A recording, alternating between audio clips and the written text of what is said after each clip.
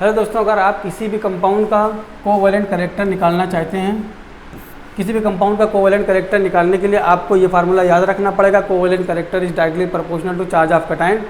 तो charge of cation हम देखेंगे, यहाँ पे कैटायन सोडियम है, मैग्नीशियम है, एल्यूमिनियम है। यहाँ पे सोडियम +1 है, यहाँ मैग्नीशियम +2 है, यहाँ पे एल्यूमिनियम +3 है।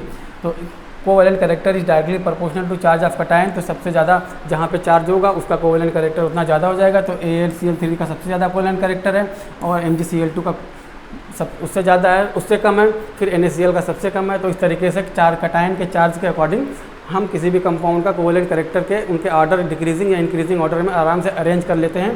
तो ये फजांस रूल है। फजांस रूल को देखने के लिए आप मेरे वीडियो को देख सकते हैं, उसमें मैंने डिटेल में इसको बताया हुआ है। Thank you.